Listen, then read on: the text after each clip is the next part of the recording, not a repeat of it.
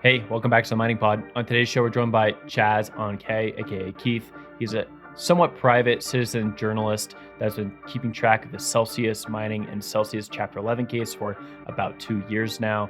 We talk with him about not only the beginning of the Chapter 11 case, but how it's proceeded over the last 2 years and what creditors can expect from the new Celsius mining entity, Ionic.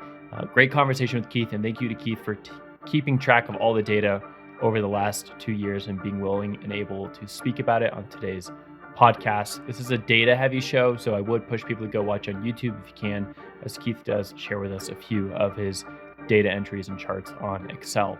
Okay, before we jump to the show, we'd like to thank Foreman Mining for making this show possible. You'll hear from Foreman Mining a little bit later in the episode. We'd also like to push people to go check out our newsletter, blockspace.media. We have some great new content twice per week there. Go check out blockspace.media. Okay, on to the show. Want to mine Bitcoin? Gator Mining offers premium hosting with as low as 1 unit per client, 95% uptime guaranteed, no curtailment, 24/7 monitoring and maintenance, in-house certified repair center, clean and renewable energy, all at competitive market rates. Work with an individualized team to get hash rate flowing your way today. Gator Mining, pioneering trustworthy crypto hosting for optimal mining success. Contact Gator Mining today at gatormining.ca. Bitcoin miners, be prepared. Hash rate is moving upstream towards power plants and low value energy. Don't get cut off. Modernize and mobilize your Bitcoin mining fleet today with Upstream Data's high performance load centers. Plug in Upstream Data's hash hut and monetize surplus wind power reliably in the blistering heat of West Texas.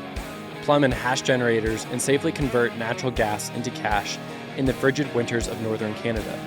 Upstream offers high-quality load centers that will help you mine Bitcoin safely and reliably in every application and climate. Mobilize today and start mining upstream at upstreamdata.com. Are you a retail or institutional investor interested in Bitcoin mining companies? The Miner Mag brings you free data and analysis from all major NASDAQ-listed Bitcoin mining operations to know who stands out. Check out visualized metrics and data-dependent stories at theminermag.com. Hey, welcome back to the Mining Pod. We have a great episode today with Keith, aka ChazzonKe or Key. Yep. How do you pronounce it? ChazzonKe. Yeah. ChazzonKe. Perfect. Yep. I describe you as a citizen journalist. You've mostly been known for your Twitter account and your following of what's been happening with Celsius and with the Celsius mining extension through US Bitcoin at Hut 8 now. First of all, welcome to the show, and we're excited to dig in with you all this information. Yeah, absolutely. I appreciate you having me on the podcast today. Cool. So we'll start off with a little bit of background. Again, like I sort of see you as a citizen journalist, became aware of your work a little bit ago and just kind of followed through. You've definitely been like doing your due diligence in terms of like looking at all the public information from the Celsius Chapter 11 and the follow through with the purchase of Celsius through the Fahrenheit entity and then over time into US Bitcoin. Yeah. So there's also a lot of names in here, by the way. So if you're an audience listener, like we're probably going to trip up on this a little bit, but there's a lot of the same entities. There's really only 3 or 4, but I think they've all managed to change names like a few times during this whole deal. So bear with us. Yeah. And I mean, there's a laundry list of current, prior, kind of connected parties. It's really annoying for one. It's but a also web. Kind of crazy. It makes you question like what's actually going on in this situation, right? If everyone's changing names all the time. Yeah. It leads to a very complex situation to follow, especially for your folks that are not savvy on business. They're more of your crypto kind of retirees, so to speak. Like they got on the bandwagon. We're like, hey, this would be a great opportunity to join Celsius. They have good yield and they say they're safer than a bank. So, I mean, you have a lot of folks that might not come from the background that the lawyers and the managers and stuff like that are coming from, that are just constantly changing things. And Chapter 11s are just difficult in the first place, right? Like how how does an entity get unwound? I mean, still have Mt. Gox going on. There's the FTX one right now. It's been going on for a little bit. But before we dive into that, let's get a little background on yourself, and then let's go through what happened with Celsius, what the company was, what occurred, why it went under, and all that stuff. Yeah, absolutely. So my background, I was in the U.S. Army for about a decade. I was a logistician. I handled logistics. That's where a lot of my like understanding of like accounting, finance, budget management originated from. We had small operations. So, I mean, I had to take on a lot of shoes and a lot of, tasks for myself. After I got out, I went to what was called, I guess, a regional national logistics company, um, and basically handled their warehouse was 350,000 square feet. And I joined the team when it was just a bunch of steel girders. So it was a shell. If anyone knows of the Cedarville site for Celsius, it basically looked like that, but bigger. um, and basically help them set up from inception till first delivery of their entire logistics chain. So that was pretty exciting. That was one of my bigger projects. After that, I went got my finished up my bachelor's degree. I got working towards my master's here, hopefully in the next year or so.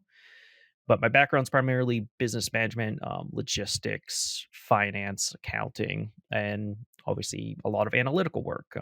So that's in a nutshell my background. And how did you come to care about the Celsius case? From us talking beforehand, like you weren't involved with Celsius, you just kind of saw it, you saw the Chapter 11 case, and then you like sort of took an analytical interest in it. But to my understanding, you don't have any assets that are tied up in this Chapter 11, nor do you have No, like any crypto assets that are kind of tied up in anything.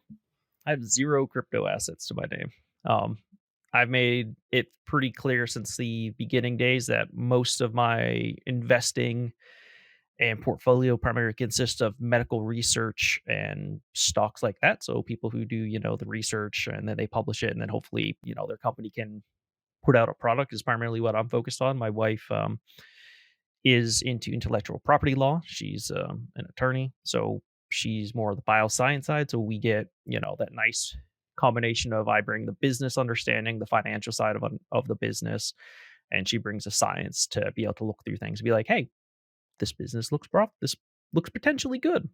So we kind of bring a good knack to that. But in terms of how I got involved, I was pretty much I started catching wind of this. What was that July, August of 2022? And I was seeing a lot of like the short squeeze kind of coming onto my feed because I do a lot of like just finance Twitter and stuff like that. I was looking at, I'm like, this looks like a scam. This looks fraudulent in terms of the short squeeze. And like I was very vocal against them, like, hey, y'all are doing some sketchy shit to people, like, and got one of the ad hoc groups, one of the guys that were running the ad hoc groups for the case was like, hey, would you be willing to check out our group's financials? Like what people because they posted like this big like And this 16. is for Celsius, right? You're speaking of Correct. Yeah, and the sorry. Celsius token sell. Yeah, I was Okay. yeah, so the short squeeze for the cell short squeeze, so the Celsius flywheel token, you know. And so I was very vocal against that. And then as I was saying, there was a ad hoc group that approached me being like, "Hey, they posted up our, a docket of 16 it was like 16,700 something pages of PDF 4-point font um document with everyone's information. I mean, it was names, redacted addresses, their entire crypto holdings, everything was in there. And it was just a mess. And they're like, can you help us? And so that's really what kind of got me involved because like I probably spent 2 weeks not working on it full time, of course, but like I spent about 2 weeks creating custom PowerShells, scrubbing the data, putting pieces together because I mean it was bad. What was provided by Celsius to the court was there was a lot of commingling of accounts on that. There was crypto that they basically didn't everything had different formats, right? So like for example, like if someone had like Bitcoin, Ethereum, ACH, or whatever other crypto, they would put those into a long string on that person's account. And like sometimes there would be a comma, sometimes there would be a space, sometimes there would be a semicolon. And like it was just so messy that like if you just Terrible tried account management. That's frustrating to hear, but not yeah, unexpected based on what we know about Celsius at this point, right? yeah. I mean, we ended up finding out like 6 months later that I mean they use Google Sheets to manage all of their accounts. I mean, so like I can't it was literally however it appeared that whoever was inputting the data, just there was no actual system in place. It was just whatever they put in at the time. And so, I mean, like, I had to do a lot of about 2 weeks of legitimate work to scrub this, and at that point, I was pretty much time invested. And it's just worked from there. I started scrubbing into more of the bankruptcy financials, the business plans, what was being advised to the creditors, which was poorly represented. And I was like, hey, I have a background in business management. I have an analytical experience. Like, let me look at this, because I mean, I've been through businesses that have not exactly been through chapter 11, but they've been through, mergers, acquisitions, worked with contract negotiations. So, I mean, I have a fairly wide breadth of experience. And I was like, well, let's see what I can dig out and then try to put it into a format that is easy for people to understand that don't have this background. And I feel like I've done a good job of that. I've tried breaking things into nice graphs. I get called the Excel guy a lot. Let's go. The highest of compliments I've heard. Yeah, I mean, I don't take that ill will, but I think it allowed creditors to actually get an understanding now for what, almost 20 months now. I've Yeah. been able to take a 600-page document and boil it down into 30 cells on an Excel sheet to kind of really consolidate it and then be like, hey, so this is what's happening here. This is what I'm seeing, slowly working it down.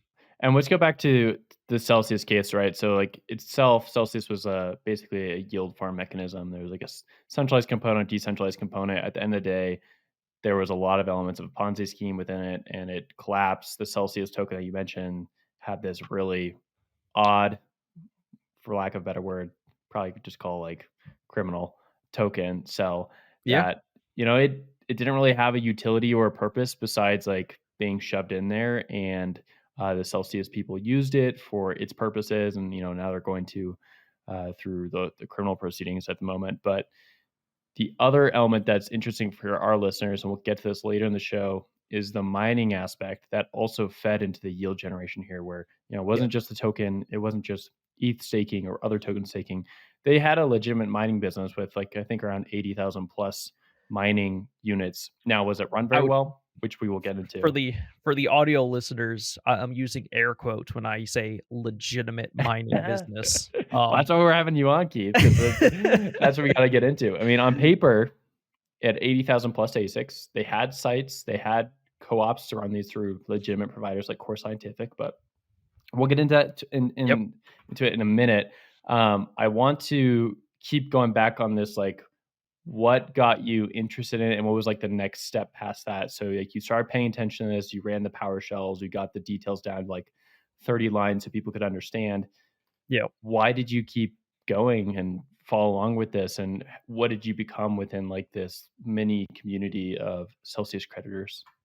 So I guess the way that I've always tried to explain it to, I guess I would say, my critics, to be kind, is if you look at if you go to see people that are doing volunteering at a homeless shelter, or the lawyers that do the pro bono work, no fees incurred at these, big law firms and stuff like that, where they take on free clients, or your missionaries that are going overseas, like, they tend to do that because of passion, not because of any other incentive that they're getting. And after working closely with the ad hoc groups and just getting I mean, I spent weeks really kind of digging into their things and just seeing the absolute financial turmoil that these people were in. I mean, we found folks that, I mean, they had their entire house. They sold a house and put it into Celsius before it collapsed. I mean, we had people lose their homes, That's awful. literally. That's awful. And you know, as somebody who's in a position that I'm blessed, I grew up, my family wasn't well off, but we got by. But as seeing people who's put their entire lives into this program and then getting destroyed. I mean, like, I look as like, who couldn't have a little bit of compassion and want to help these people? Like, I don't spend an inordinate amount of time on this, so to speak. Like, people go, "Oh, you tweet all the time." I'm like, "Yeah, but everyone everyone has a phone. Like, it takes no time for me to quickly, look at a tweet and reply. I work in a field where I have at least 3 monitors on at all times. So, I mean, having Twitter up on a side screen takes no energy to look at. And so a lot of what I do is stuff that can be done in 10, 15 minutes of work anyways.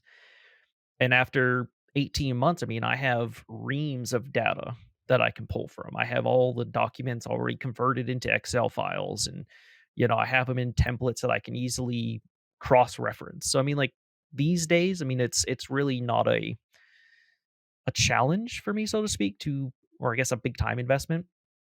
But to go back to your endpoint, the reason why I continue to stay involved is because I think that creditors deserve better than what they've been getting.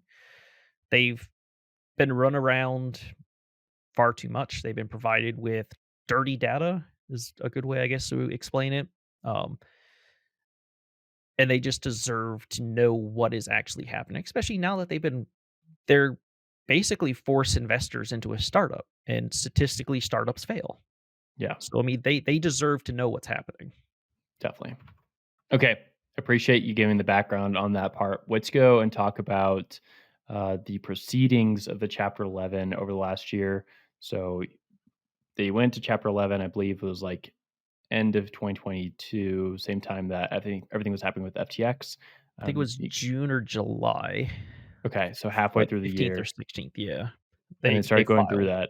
that. Okay, okay, and they started going through all the proceedings there. Uh, there's the bidding process, there's a few entities that popped up. Tell me a little bit about that, and then tell me how we got to the Fahrenheit deal, and then we'll stop there and go through what happened with the Fahrenheit deal, which itself also went through, like, sort of like a split. Yeah, so I'll try to talk to the best of my knowledge on this.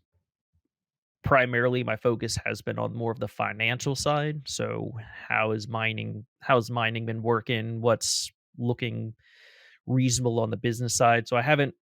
There's some areas where like I'm knowledgeable, and then so pardon if I'm more vague in some topics here. But the bidding happened. It was the first bid session didn't go great, from my understanding. Obviously, I wasn't involved, and I'm not. I don't have any of that attorney privilege to see any of that. But from my understanding, was basically was it was like a dozen or so potential bidders, and like none of them initially were really that great. But Nova Wolf ended up winning, which is basically the subsidiary of Beowulf, which is another. They do kind of the same thing, but they do more of like the infrastructure building and stuff. And where Nova Wolf was their Bitcoin mining side. Um, I believe Tiffany Fong put out a leak of all the bids that she received, and it basically put like nobody really wanted to touch mining. Um, there was basically bids for the assets, there was bids for the crypto, there was bids for the business, but everyone basically universally was like, "Sell is not going to come in the token. We don't want anything to do with that." And mining was out of the picture for basically all of them. I mean, Was even that because it was a bad time in the mining markets, or because that's eventually what basically was broken up was the mining entity, and then the rest of the crypto correct. was sold. So that's interesting.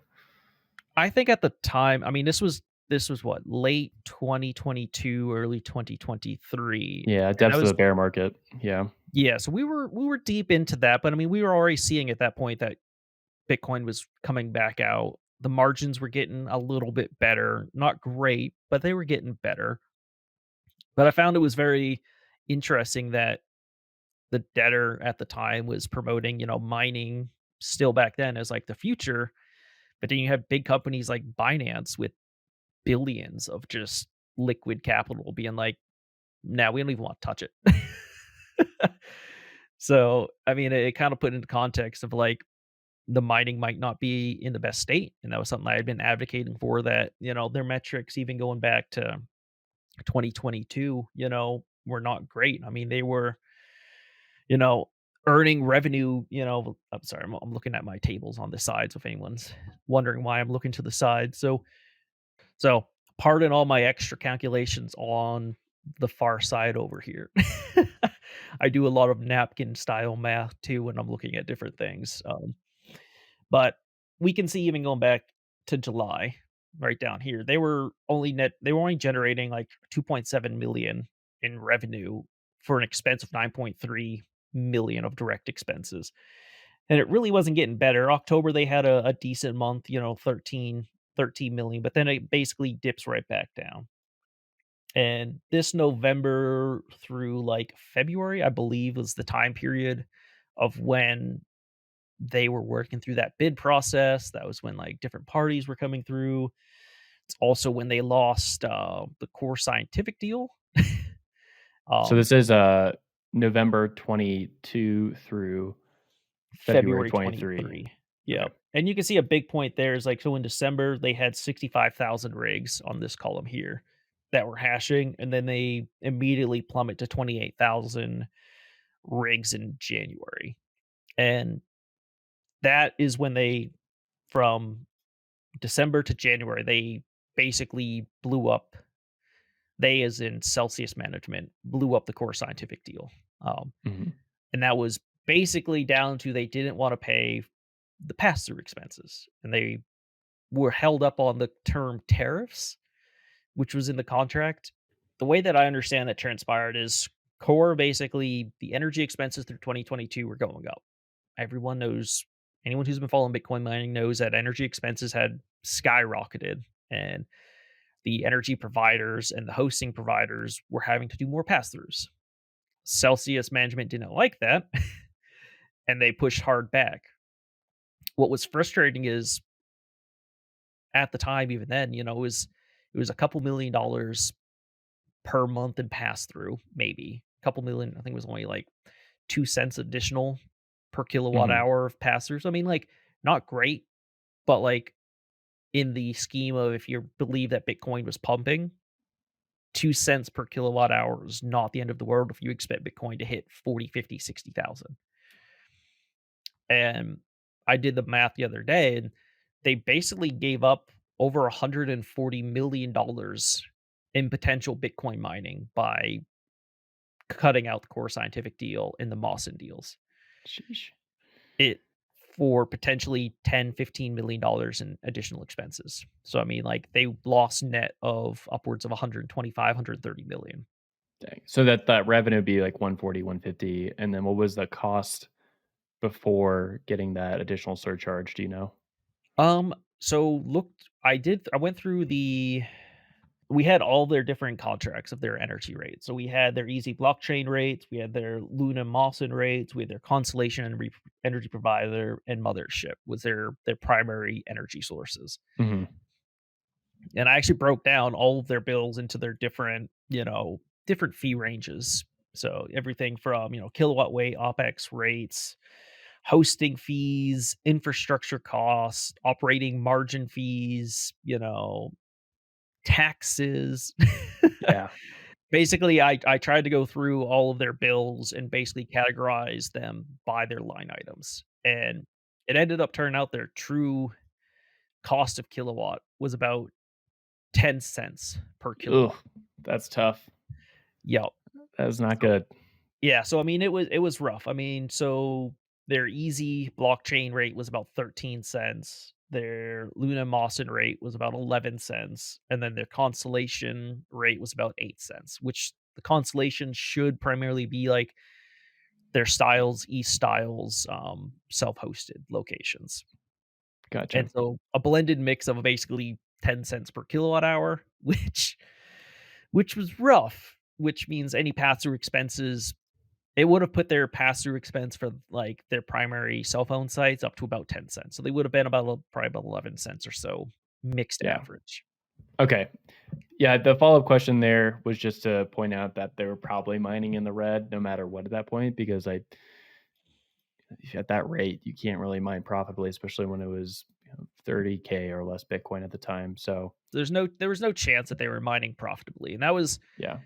that was something that both irritated some of the community when I was discussing it and others, because, like, what I was doing back 2022, early 2023 was a lot of that was focused on month over month comparisons. So where are we at this month? What's it looking like? What's our trajectory for mining looking like? And so obviously I was reporting a lot of red because I mean you're in the hole, 8 to $12 million a month. I mean, like, that's not good. You Yeah. can't run that.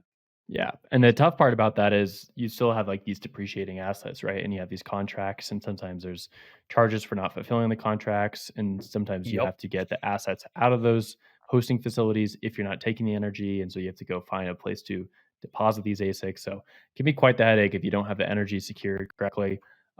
Let's go to the next part of the deal. So my understanding is that, it was Nova Wolf, correct me if I'm wrong, I'm saying that incorrectly, Yeah, Nova and Wolf. Yep. Nova Wolf, and then there was also Fahrenheit came in at the same time, and there might have been the Binance was in this at some point, but essentially Fahrenheit ended up winning the deal. It was a Yeah, collaboration of so multiple people. so Nova Wolf won the first bid cycle. So they won the first bid, and then parties got together and was like, "Hey, let's do a stalking horse. Let's see if we can make these terms a little bit better, you know, let's see if we can add value." And so there became a stalking horse bid.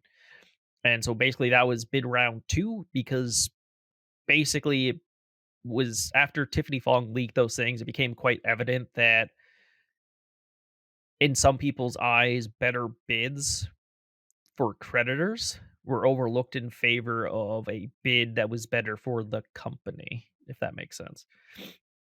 So Binance, from my understanding, the way I looked at it, offered a far better cash incentive to creditors and to victims, but they didn't offer anything for the business. So they went with, somebody that was going to offer, potential recovery for creditors at a certain percent that was not great at the time. I think it was like sub 30%. But it allowed the mining business and the business itself to move forward, to go forward. So they did a stalking horse bid that ended up then winning it for the Fahrenheit conglomeration, corporations, however you want to refer to them. Um, and then they basically got the win bid with the partner of USBTC. So that's kind of when like USBTC and Fahrenheit came into play. Was Okay. mid mid 2023. I think it was like April, May, off the top Yeah. of my head, somewhere around that time.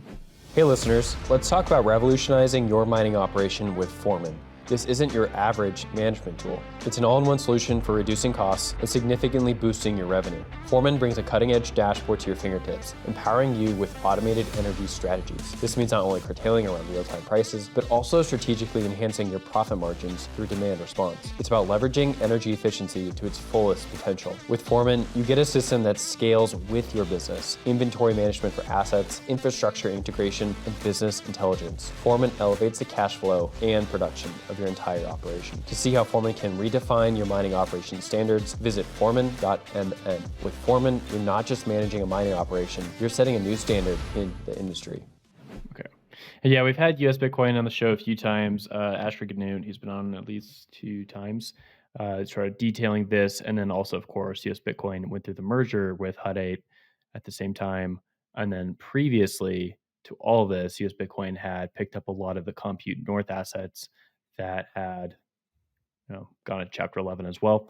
So Yep. we'll get back to some of that Compute North US Bitcoin information in this case, actually, probably towards the end of the show because we have some new info around that. But Yeah. basically, yeah, and we both are laughing about that before the show. Ugh. Basically, the next part here was that the Fahrenheit group kind of broke up a little bit. It seems like around September, something happened. I never really quite understood what happened, but basically, US Bitcoin Yeah, got the that mining failed. operation. Yeah, Yeah, so I'll allow you to go through it all. I don't there's a lot of speculation. I'll try not to speculate. I'll try to keep it focused on facts that we know to the best of my knowledge. Um, but without speculating, there was issues, and those issues came to a head with Fahrenheit when the SEC denied a lot of the business. So they had basically a four prong of the lending, they had mining, they had staking, and then they basically like the general business was still going to be in play. And the SEC was like, "Nah, you ain't doing any of that because you don't got financials that are clean enough to run that." They're like, "You can do mining because mining has been basically its own subsidiary, and basically once it got its initial funding from creditors, it's more or less floated." Yeah. Yeah. And then on top of that, we had the Kraken, the Coinbase, and the Binance hits by the SEC, like Yep. boom, boom, boom, all during 2023. I don't know which dates those all came out, but almost all of them incorporated some sort of staking element where the SEC doesn't like staking. They don't like the fact that these exchanges are operating staking. And so when I No. first saw this happening with Fahrenheit, I was actually a little bit surprised that they would move forward with it because the precedent had already been set that they were probably going to be walking into some sort of lawsuit with the SEC. But even before that, the SEC had to approve the Chapter 11 process and had to prove all this. So that was surprising to me. And it seems like that broke up whatever agreement had been made with the Fahrenheit creditors and the Fahrenheit group. And we moved into a new situation there where the assets for Fahrenheit were going to be sold off or liquidated. Some would be returned in crypto, and some would be returned on PayPal via fiat. And then the mining elements would just go to US Bitcoin that would manage all of its mining operations. And at Yep. the same time, Hut 8 and US Bitcoin merged at the time. So now Hut 8 is managing all those things. So again, top of the Yeah. show, we said there's a lot of names involved here, so it gets tricky. But Yep. correct me if I'm wrong on anything there, and then, like, tell me about, like, that process from, like, September onwards. How did the community react to some of these changes? Were they frustrated by them? Were they okay with it? Did they see it as in their best interest? So, the community was definitely not excited. I don't think they had really been the community's basically been kinda run around for 2 years at this point. I mean, like, they've not been giving really clear insight on what the process has been going on. They've not been given good financial records. They've not been giving good, like, "Hey, this is what we're working on." So, I mean, like, when they seen the four pillars of the reorg, a lot of the community was like, "A lot of this doesn't seem like it's even gonna be feasible." I mean, like, I remember back in, like, I think it was, like, February or March when it first posted, within, like, 30 minutes, I was like, the staking's never gonna happen." The SEC has been slaughtering every business that's attempting to stake right now in America, and I'm like, "That's just good luck, but it's not happening." Yeah, I don't wanna speculate there, but it just seems odd that that was included in the proposal. Tell me about, Well, like, Go the ahead. staking was the only profitable side of the business at the time. So, I mean, Oh, they okay. they wanted to make I'm gonna this is off the top math, but I remember vaguely that I think it was, like, something like 30,000,000 a month Okay. that they were actually netting on pure staking, where at the time, like, mining was losing half of Mhm. that a month. So, I wasn't surprised they wanted to go for it because, like, it was actually profitable at, something like 800,000,000 Ethereum being staked at the time, and they Yeah. were just making, what, 3%, 4% or something like that. So, I mean, like, it was $800 million worth of. yeah, they had about Okay. $800,000,000 worth at the time, and, like, it was even at, like, a couple percent, it was making substantial amount of Yeah. just net revenue just by just sitting there. Yeah. So, Okay. wasn't surprising. Um, So for the Go community ahead. aspect here, what does it mean to be a part of the community and how do we define that? Because when I look at the numbers for who voted for things to go through, it does look like it was a pretty high percentage. I don't remember the percentage off the top of my head, but like these things have to go through, the courts, the judge has to agree on it, but then also the community has to vote on it, to my understanding, and like agree with whatever is moving forward. So Well, I don't think how do you define that and explain it to me a little bit? so. I'm gonna kind of ruffle feathers in terms of normal business aspects, but I always view that vote as an appearance of choice, not an actual choice for a lot of creditors. Anyone who had a clawback exposure, if they didn't vote for the plan, they would be liable for that amount. So, I mean, you have folks right off the bat that are like, I'm only going to get 35% at the time, and I have an exposure that's going to just chew that away. So I'm going to get zero. What's the point? Why have I even been here for? And so a lot of folks that were in convenience class were in, different classes that were high risk. I think it was like 100,000 exposure or below. If you agreed to the plan, they would basically be like, okay, you don't owe us anything. And so a lot of a lot of the vote, especially in a lot of Chapter 11 cases that you look through, the Voyager case, if you go through any others, like a lot of times it's not really a choice. It's just which is the better choice potentially. And I don't think a lot of creditors, the burnout at the time was bad. Creditors were just desperate. Like I mean, they were basically pushing that this was going to end in 2023 if we voted, or not if we, as in myself, but as creditors, if they voted for the plan, they were shooting for December 31st, 2023. You guys get your money back. And so I think that as a group of creditors have been suffering for years at that point, like they just want it to be done. And it provided them the most liquid crypto that they could get at the time. It provided them protections for clawbacks if they were under 100,000.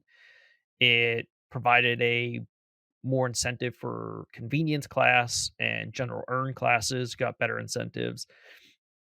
And so I mean, like there was a lot of pros, but then at the same time the big con was you're going to be in a mining business now. That you've already, through Alex Masinski, spent $800 million of your Bitcoin on that. Then we got liquidated, and so that money is poofed gone. There's part of your hole right there. Sorry, anyone who's not followed. There's a multi-billion-dollar hole in the Celsius account balances. So $800 million of their initial investment was already gone. And so by the time that this case is going to end, the Celsius community is going to already spend over $1 billion. I think it's about 1.1, $1.2 billion That is insane. on this mining business that today doesn't even have 7 exahashes worth of capacity online right now. That is so bad. So it's over $1 billion to not even get 7 exahash. That's frightening. Yeah. And it's bad because I mean they spent 800 million up front for their initial sites. Styles. Yeah. Let me pull up my lovely list. So they spent basically $800 million to buy 127,000 rigs at the time for their Garden City, Rebel, Styles, and East Styles facilities. And those facilities, respectively, were only 12 kilowatts, 25 kilowatts, 20 kilowatts, and 30 kilowatts. Not exactly, Sheesh. 87 megawatts combined. What was alarming was they bought 120 plus thousand ASICs back in 2021. And they only bought enough facility infrastructure and started construction on enough facility infrastructure for 26,700, 800, give or take. And so, I mean, you had a delta of, nearly 100,000 that just didn't have a home.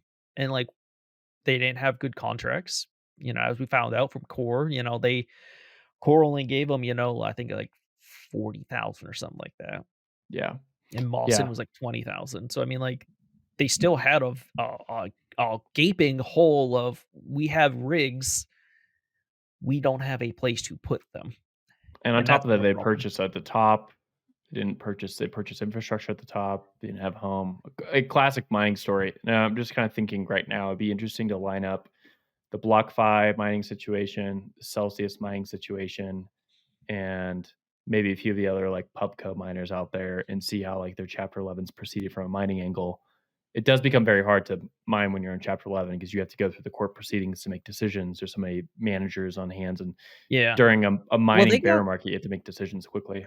Well, what's crazy, right, is the court early on in the case gave basically a free pass. They gave them the authorization to conduct business as normal throughout Chapter 11. So, because Chapter 11 is a reorganization, you still need to run the business. Yeah. And the only parts that were really frozen was the crypto lending and like the custodian side of things. So like, the Celsius mining was still basically allowed full reign to do what they needed to do. Just wasn't operating correctly. Yeah.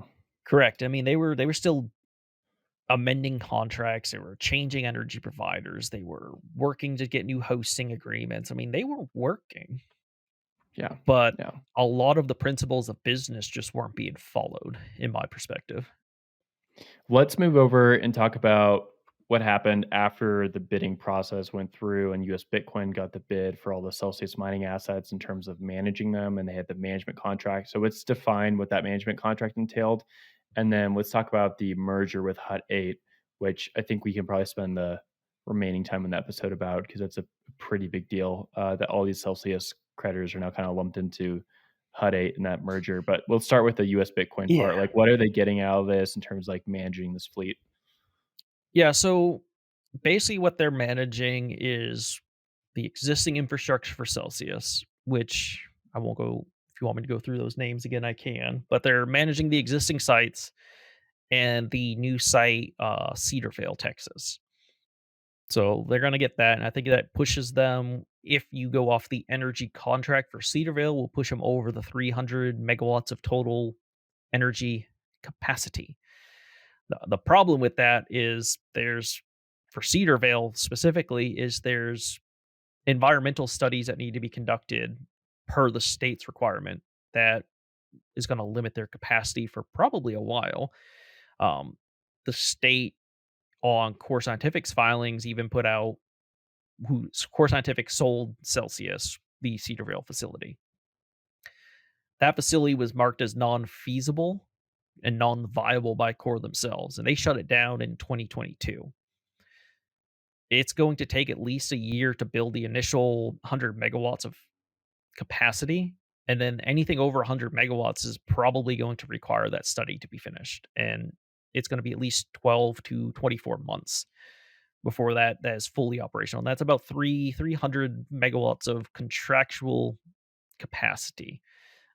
They don't have the infrastructure for it though. So I mean that Mhm. needs to be a big caveat. Like you have it on paper that you can have 300 megawatts, but the state on the other hand goes, we don't have the infrastructure at a state level to provide you with that capacity right now. Like, there's no buildings, there's no substations, there's no transformers. It's just like the access to 300 megawatts is what they're claiming. So yeah, so they have they have 20 megawatts as far as I'm aware right now of actual infrastructure. And they can get up to 100, I believe, on that infrastructure with some they need to get a new liquid transformers, who I believe is what Core decided to take with them when they took their toys, which was 240 megawatts of transformer. Yikes. It's a big boy. Um, yeah. So they don't have that. They have about 20 megawatts right now, and I believe just regional capacity was only about like 100, 150. Yeah. So that's going to be rough. Um, the problem for them too is also going to be the Cedarville site is some I beams and a roof, and it doesn't even have walls on most of the facility. Um, Core was Yeah. intelligent. They build their facilities on a template, and so that template means everything that's in this facility can go to that facility. And so they basically took everything, including breaker boxes, out of the walls and took them with them when they sold it to Was that Celsius. the agreement with Celsius to be able to do that? Yep. They had Wow. a nice long list of items to be excluded from the sale, and that included basically everything down to like breaker boxes and the 240 kilo or megawatt liquid transformer. Wow.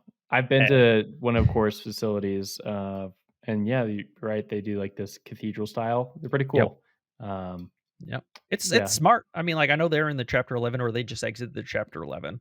yeah, But if you want to build a big mining operation, modularity is probably the smart way to play because if one facility, for instance, energy grid costs far more, than you were projecting at one point, you could just basically just take your stuff and just move it to another facility yeah, and it plugs yeah. and plays. So I mean they were smart. I mean, I'll give them credit for that. Um but yeah, so I mean they're to go back to your question, they're going to be handling all of those sites. Also caveats into the fact that part of that agreement was Celsius was going to receive 20,000 hosting slots at USBTC's site Delta, and Marathon now owns site Delta and told USBTC and HUD 8, your contract's over in April. Bye Yeah. bye. And I'm just like, so those slots are gone. Let's talk about the Hut 8 deal first so we can give context for that. Yeah, Um, absolutely. so basically Hut 8 and US Bitcoin had announced about a year ago this time, maybe even a little sooner or earlier, that they had intended to merge. Merger of equals is what they stated. Uh, Hut 8 was bringing to the table a ton of Bitcoin mining operations and some HPC stuff in Canada. I think they were looking for their next move to get past that 2 to 3 exahash mark. And then Yep. US Bitcoin had gone through all of like 2020, 2021, sort of scooping up assets from Chapter 11 cases, most notably Compute North, where they picked up management contracts and the rights to this energy for Kearney, Nebraska, a site there, and Yep. then also 2 sites, I believe, in Texas. And so they got all that. Seemed like a good deal, perhaps, where US Bitcoin is bringing energy and hosting management contracts to the table. Hut 8 is bringing Bitcoin and pre-experience on running operations to the table. Seemed like a pretty good deal. Yeah. Uh, Going to the winter, though, people started looking at this and being like, "Oh, we don't really like that. US Bitcoin is involved on this side, and Hut 8 has this thing." So there's like a lot of grumbling around it. I don't want to get too far into speculation here. I want to hand it over to you. Tell me about how this was perceived in the Celsius community, or the very least, the people that you see in the Celsius community. So I mean, it started off rocky to begin with. So when the Hut 8 USBTC merger was basically announced, media and other sources basically the way it was perceived was that Hut 8 is basically through this USBTC merger buying, air quotes again for the listeners, Celsius assets. And that was a big misconception going around on the media for quite a while. And the community was not very pleased because Hut 8, their management, was not really doing anything to kind of correct the record, especially because they were mid merger and, having that misconception potentially of, hey, we might be getting 122,000 S19 Pros. Look at us. Like, they didn't really, the way I perceived it, had a good vested interest in correcting that record because the way the community and their shareholders were looking at it was, hey, this is a boon for us. And so that's kind of my take is that they didn't clean up the record. It very frustrated Celsius creditors because they were basically being like, hey, you're not buying our assets. You're getting management rights and we're literally paying you to manage. You're not buying us. It was a completely different contextual understanding between Celsius creditors and shareholders that we were seeing for Hut 8. And so the community wasn't very pleased with that. And then just kind of it's continued to kind of be a snowball effect where there's a lot of people still not pleased with the way that certain things are being presented. Um, for example, the other day when the completion of the chapter 11 for Celsius, they basically made it appear that they were getting 12 exahashes of current hashing capacity, 300 megawatts of energy capacity online right away under management. And I was like, I put a correction on them. I was like, you're getting up to 12 exahashes of capacity and up to 300 megawatts of energy. You currently have about 7 exahashes online with about 6 exahashes sitting in crates in the warehouse. So, I mean, like, it's just from my perspective, and I see a lot of community Hmm. frustration too, is that there's a lot of massaging of critical details to make Oh, I things mean, appear. that's welcome to Bitcoin mining, my friend. That is everyone does that. Yeah, Uh, it's bad. It's not good. yeah, it's It's not bad. good for shareholders, especially for these public companies now, right? And if you're a Hut 8 shareholder or someone else associated with this, you're probably not looking at this and being like, okay, that's great because the information's not as accurate as it should be. Um, Yeah, and what's funny is on the information's not as accurate as it should be. Hut 8 has a disclaimer in their monthly reports for their Bitcoin mining that says, "Hey, the numbers won't add up in our monthly report." And I'm just like, "Then why are we releasing a monthly report if you're self-owned, What do they hosted mean in by that? Well, like specifically, because that seems like an odd comment to put in a public relations for investors. Yeah, so the actual quote is the management service figures reflected in this table included the self-mining hosted metrics from the sites where Hut 8 manages services businesses in addition to services layers in operations of the site, blah, blah, blah, blah, blah. Total energy capacity under management, total deployed miners under management, and total hash rate under management figures are not reflected in this table. And basically goes on to say, like, they're not going to add up. And I'm just like, and that's bullet point 8 on the December and January, if anyone wants to Mhm. look at that. That's bullet point number 8 under their notes section. So, if anyone wants to cross-reference my comments, feel free, but I always found it was a head scratcher. I'm like, "Why are we releasing a monthly report to show our metrics and to show your metrics per site and per contract basis, but then they don't add up accurately?" Yeah. It's never been helpful. Yeah. Yeah, I mean, I could say in their defense, this is a common case in all, Bitcoin mining companies. I think it's just the fact that a lot of these companies don't have a lot of staff on hand. I mean, they are publicly listed, but they typically don't have the staff, and then there's also in nefarious cases, there are people trying to be misleading, but I think it's also there's not a lot of standardization within Bitcoin Yeah. mining. But I know Let that I know that most of these miners use dashboards and they use asset Definitely. tracking software. And so I know that they can see it. I mean, I've looked at some of the dashboards that these different companies use. Like, I find it a little bit disingenuous that Yeah. companies would say they don't quite know what they got when most of the dashboards, especially the big ones coming from, like, say, like Brain and stuff like that, you know, Yeah. I know that they can, like, they can tear into these metrics and be like, we got everything that we want." Definitely. Definitely So, is there. Which go to the marathon deal that we hinted at earlier. yeah, So as absolutely. of like yesterday, I believe it was, Marathon Digital announced that they had essentially come to an agreement with US Bitcoin for US Bitcoin not to be operating the Kearney site and the Granbury site that Yep. Marathon Digital purchased from the creditor of the Compute North Chapter 11 case, which was Generate Capital. Generate Capital had appointed US Bitcoin, or correct me if I'm wrong. No, I'm not correcting you. I'm just all the different names, I'm just, like, Oh shaking my yeah, the head at, like, names. the layers upon layers upon The layers layers. is onion. Yeah, just Yeah. to keep going there, Generate Capital came in. They were the big backer behind Compute North, which Compute North went under, I believe, sometime in 2021 or 2022. Yep. Uh, US Bitcoin won the bid essentially to operate all these sites on behalf of Generate. Generate is a credit and lending group. They have no interest Yeah. in running a Bitcoin mining site. So US Bitcoin got in there.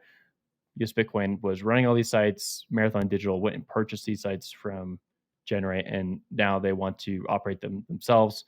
Why does this matter for US Bitcoin and for Celsius holders and for Hut 8? I think it just comes down to revenue, right? Operations is a large stream of revenue, and if Yeah. you lose that in one swift move, So, looking at the S4 merger documents for USBTC and Hut 8, USBTC was basically generating roughly 25% of their net revenue at the time of that filing from hosting and management. They had something like it was 82,160,000 at the time for the year end on this their S4, and basically 16.4 million and 7.5 million respectively was just from their hosting and management side. So I mean, like, a good sizable portion was coming from that. And the problem with that, and I will share another spreadsheet here. So this was the December table that I just kind of corrected to reflect the post April changes. And we can see before, they had a total energy capacity of 839 megawatts. And you can see two of the big sites, Shirley and Delta, accounted for 400 megawatts of that capacity.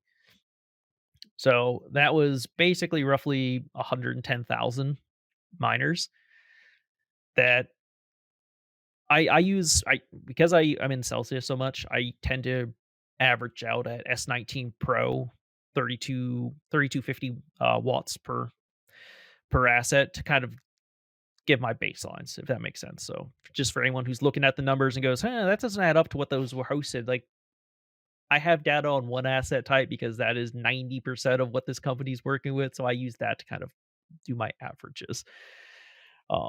But post April, they're going to be down to 439 megawatts, and they've basically lost all of their hosting and management. But what didn't change, or what did change, is 300 of that is going to be Celsius energy. So what's going to happen in April is you're going to see Charlie Delta fall off the table, and then it's going to be basically all of the Celsius place plus Cedarville, which is going to make up 300 megawatts of their managed. So it's a loss for them, but like it kind of balances the scales a little bit. Um, if anything, I think they're going to be slightly better off because averaging out their breakup fee per month, it looks like they're making somewhere around like 4 million a month in management fees for these sites, and Celsius is going to pay them 5 million. Yeah. I mean, sometimes that's the good thing where you get an asset off your hands so you can focus on other core parts of your business. So that's Yeah, happened many times in Bitcoin mining where you go out and you purchase too much and you underestimate how hard it is to get units on rack. So yeah. The um problem for Celsius. So this is where it comes kind of in with the Celsius creditors is USBTC site Delta offered and contractually signed back last year to host 20,000 ASICs for Celsius. They've now lost that opportunity because obviously the sites have been sold and Marathon's like, we need you to vacate our facilities so we can actually host our own assets. So they don't have to obligate, like Marathon's under no obligation to follow that contract. I mean, they bought an entire facility. I mean, it's theirs now. So they're yeah. under no obligations to follow that. And I doubt they're going to follow it because they have S21s coming in. Yep. And I expected they'd want S21s generating 100% revenue for them versus S19J Pros generating sub 30% for them. Yeah. So Expect I more contract talk is what I'm hearing right now. yeah, More news about that in the next few weeks probably. yeah, and I mean the problem for creditors for Celsius is I mean that drops them down to, so I track a lot of their contracts Yeah. throughout the entire case, and they were at a little over 90,000 slots under contract total. So their cell phone plus their contractual hosted agreements put them a bit over 90,000. But they only have 70,000 now and they have 127,000 rigs. So Gotcha. they're going to be struggling and they only have 68,301 as of December actually energized. So it's going to get rough. I know I post on my Twitter for those who follow or want to follow. The community has basically determined what the Celsius mining wallet potentially is, and we also know with a strong degree based on their metrics, their reports, their daily mined averages. We're pretty strong on this is their wallet, and it's showing that really only about 40,000 rigs are actually mining at any given time. Hmm. So their uptime percent is still not great. Okay.